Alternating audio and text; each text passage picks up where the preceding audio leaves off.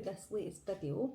I am just about to book the priority pass for Emma for our upcoming Disneyland Paris trip. So I thought I would film it just to see.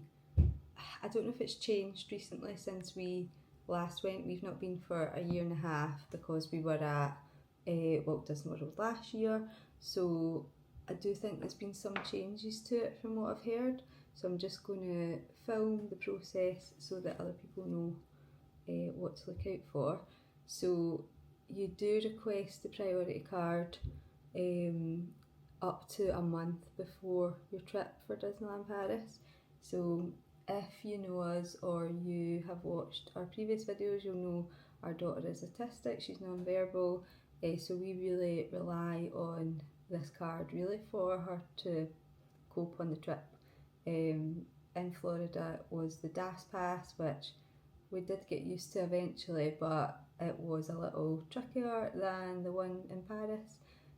But really without it, she couldn't have as much fun, we couldn't really do as much because she just wouldn't cope with the queues. So this really helps us be able to actually enjoy the trip, and she just gets so much from it. We are really lucky to be able to get this. So we have done it before, but we've had two different cards. So the first time we done it, we had, I believe it was green. There's different colours, but I can't quite remember what was what, but I will get to that later on.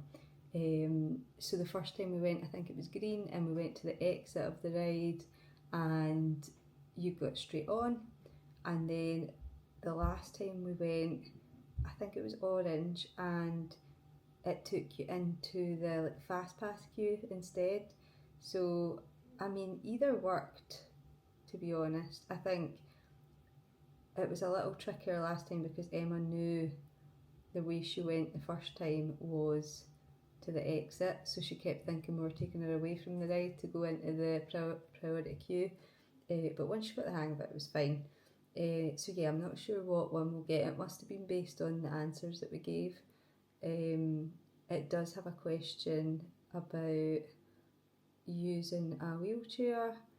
So Emma today doesn't use a wheelchair, but we did use one in Disney World just because it was so much walking, and sometimes when we need a minute to like work out where we're going next or what we're going to do next, it was a wee bit overwhelming for her, and she was, she just wanted to take a seat, which was fine. So when we did hire the chair, it did really help her, but I don't think we'll need it in Paris. It's much smaller and a lot less walking for her, so we'll see anyway. But I don't know if that was the question that was different. But anyway, I'm going to film filling out this application.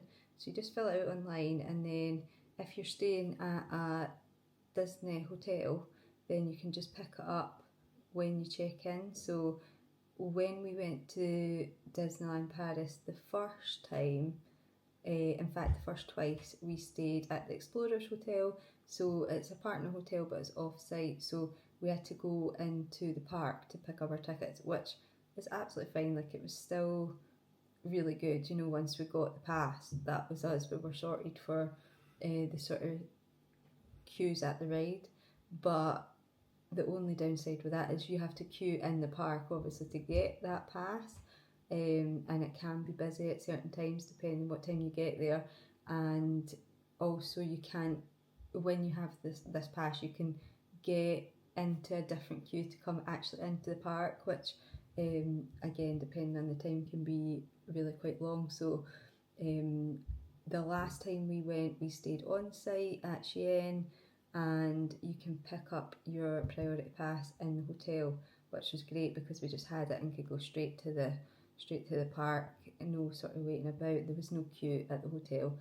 I mean, I'm sure there is sometimes, but yeah, a lot shorter than in the park itself. So this time we are staying at Newport Bay, so we'll see what it's like when we get there, but I think it'll be similar, that you just go check in and then go to the desk to get it. So yeah, I'm going to film just filling this out and let you see how it goes.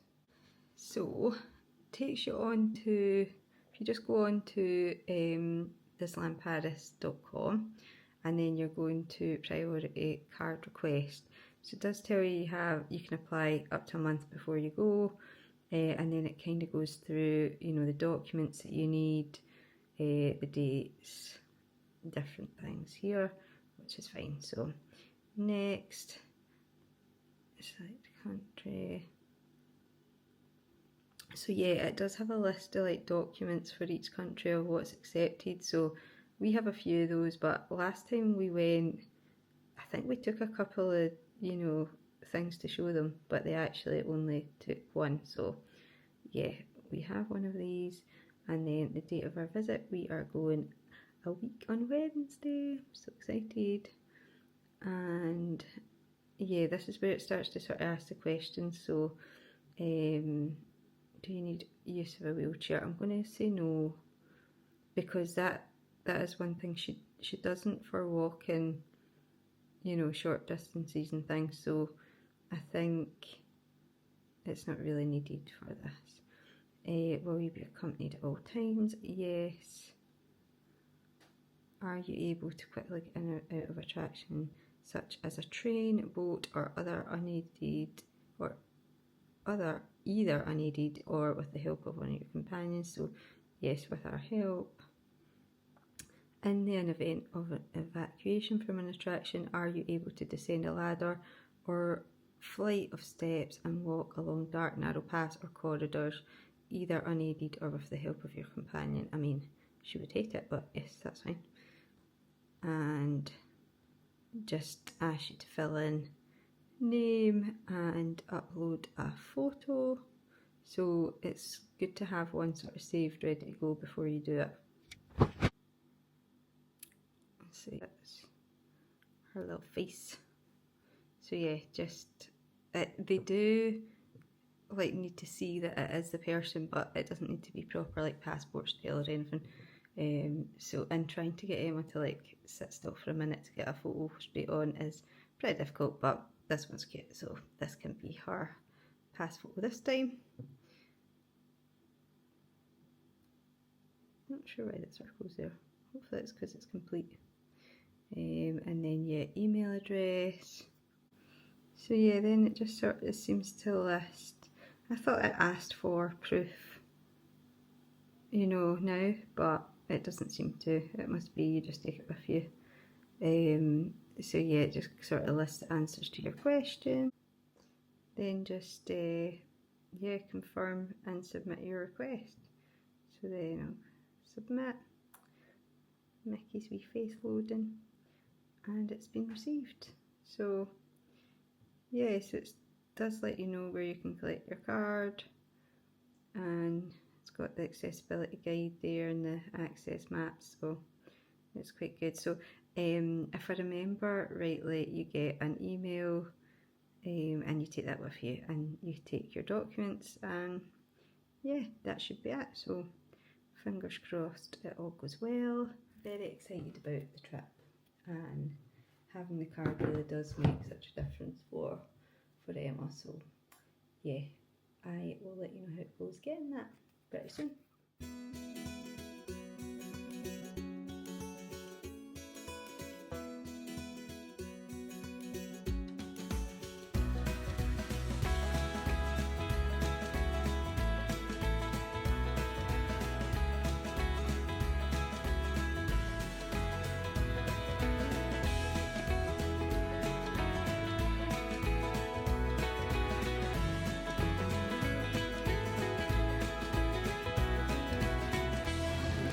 So we are just walking to Big Thunder. So with the priority pass, you can go in that way, which is up this way, which is the exit. Yeah, that's the exit, and that's where we went in the first time. So it does throw Emma off a little bit because she thinks that's the way we should be going. But with this card, it's you go in the priority line, which is actually better for pretty much everything. The exit queues seem to be more for mobility issues or wheelchairs, so then you can't get on certain things, and some of the rides are ones that she really likes, so this is a lot better. Yeah, so that's it. You go in this side of the ride rather than that first bit, and then yeah, I think it depends what card you've got, where different queues are, but for the card that we have, it is mainly this Premier Access queue.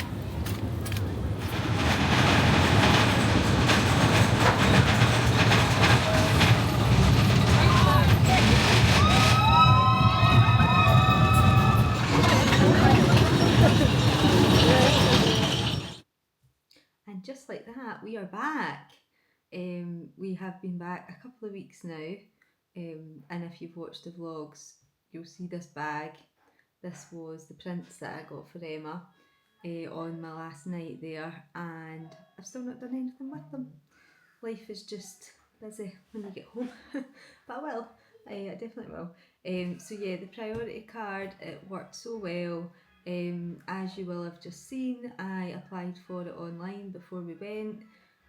When we got to our hotel, we got there about midday, so our room wasn't ready, but we were planning to go straight to the parks. So we went to the hotel to drop the bag off, and we checked in and just asked at the desk for, where we could collect the pass. There was a separate desk just off to the side, it's sort of like guest services, and we went up there. Emma has to be with me to do that, so Scott and Axel waited to the side, and Emma and I went up, but there was no queue at all at that time of day. They didn't expect Emma to interact or anything. They were quite happy just talking to me, which was great. They asked to see the email, which I showed them, and then they just asked to see our proof, which was absolutely fine. So I had taken our disabled parking badge because we didn't need it at the airport, but obviously if you do, you wouldn't be able to take that. But there is a big list of options of different things that you could take with you. So yeah, if you just check the list before you go. I think I took 2 or 3 options just because I'm paranoid. And yeah, if you're a family like ours and you rely on it, you're just, don't take any risks. But yeah, we picked that up really easily. It was printed off at the desk. This is it here. Hopefully you can see that. So yeah, it's got a little picture on it that you seen me pick. So yeah, picked that up at the desk, and that meant we could just head straight to the park. So the pass does actually let you use that for security as well. Luckily, the security going from the hotels into the parks, I would say, is really, there's no queue at all. It wouldn't really be necessary. If you were going through, say you were staying at an off-site hotel and you had collected your pass in the park, it would be really handy for the sort of main security gate, because that queue can be really big. So yeah, you can use the pass at security, which is really great if you need that. You can also use it at like the quick services and even restaurants that you're looking to get seated. There is a separate queue that you can use. We don't tend to need it for that. We'll normally sort of, me, Emma and Axel will go get a seat, and then Scott will go and order the food, or we'll order on the app before we get there and things. So it's not like Emma's really needing to stand in the line.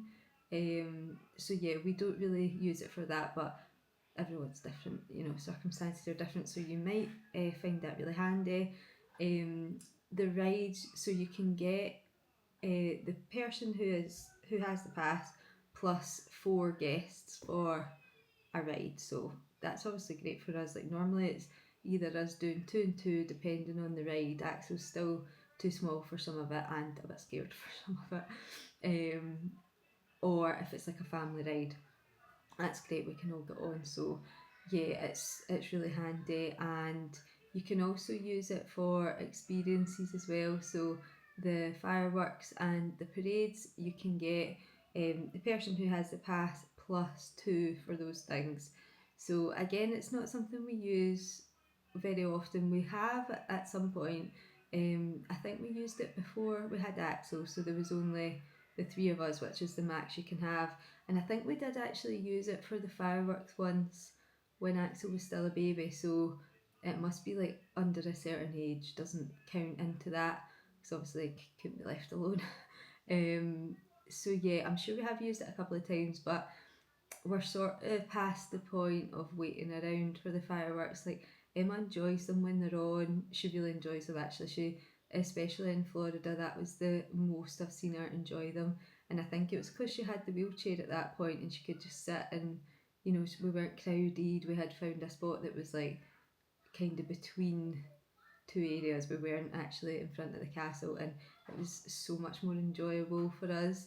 Um, so yeah, if I want to get like the full show from where you would ideally see it, that would maybe be like a separate night where Scott would take the kids back to the hotel and I would go and watch it. But I think I've only done that once before, but it was quite nice.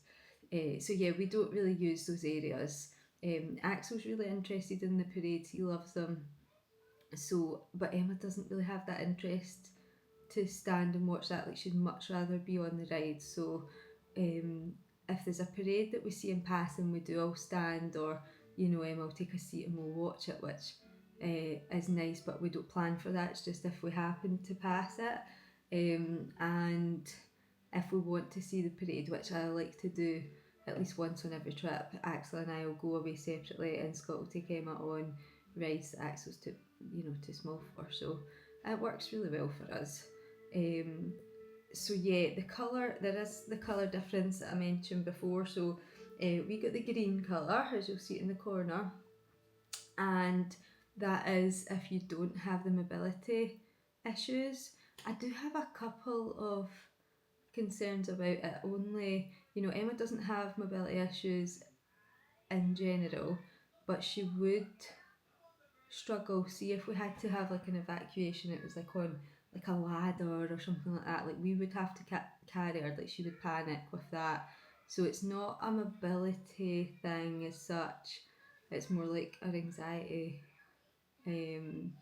So it's a wee bit tricky, and it doesn't, obviously that application that you've seen me do, it doesn't go into depth really like that. Like, there is a comment about having to evacuate, but I don't know what that looks like. And yeah, I'm not sure if we done the right thing saying that. Like, it worked out fine, we didn't have any issues, so you know, it was great. But I do have that probably just paranoid mum in the back of my head, like, if something did happen, should she have a different colour so that the cast members know that she would need more help? But we would always be with her anyway, so yeah, I guess it's fine. She has had orange in the past. Oh, here's Axel. Come say hi to the camera. Okay. Tell it we're talking about Disney Paris. Did you have a good time? Yeah. What was your favourite bit about Disney Paris? Going on a spinning slinky dog. The Slinky Dog, that was so good, wasn't it? It was so fun. It was so fun. I like the big hill. Yeah, the big hill and the Slinky Dog, it was so good. Okay, you gonna go back and play? Okay. Yeah. Mom. Yeah. I get that. Sorry, Axel insisted on a snack break there. So yeah, the orange pass is one that Emma has had before, and that's where you go into the exit on a lot of rides. And yeah, that worked for us as well. That was good. But it's definitely just simpler going in the fast pass queue, and it did work really well for us. The only thing, as you'll have seen in that little clip at Big Thunder Mountain, is that she does know the way to the exit. Like, that's what she remembers. And when you're coming into Frontierland, that's like the first point is going in that way. So she kind of sometimes she doesn't get upset, but you'll hear her moaning a bit when you walk past the exit, and you're like, come on Emma, we are going, like, it's fine. And that was only the first time we went, so I think this was the third time that she's been in that other entrance, but for some reason just still clings on to that first way in. But yeah, it worked really well. The only ride I would say is still tricky, and I think this ride is just bad in general for queues, is Crush's Coaster. So this was the worst I've seen it, I would say. So at that ride, you don't go in the fast pass queue with the priority pass. You go in, there's like a disability line outside, and it's slow. It's really slow and it's long. They sort of take you in like a back way that is. They just only take like a handful of people at a time, which is totally fair. Like there's a big queue to get through, but it's a long wait for her still, and she did really struggle with that one in particular this time. I would say she waited about 40 minutes, which just really isn't. I mean, that's why we apply for this. It's just not easy for her at all. You know, we had all the tricks in the book coming out to try and entertain her. And once she gets inside and you can actually see the ride, she's a lot better. But that waiting outside, it is long. So the last day we actually decided just to avoid it, and if she sees it, she wants to go on it. So yeah, we did have to avoid it on the last day, which is a shame because there's a ride, you know, the spinning cars ride just across.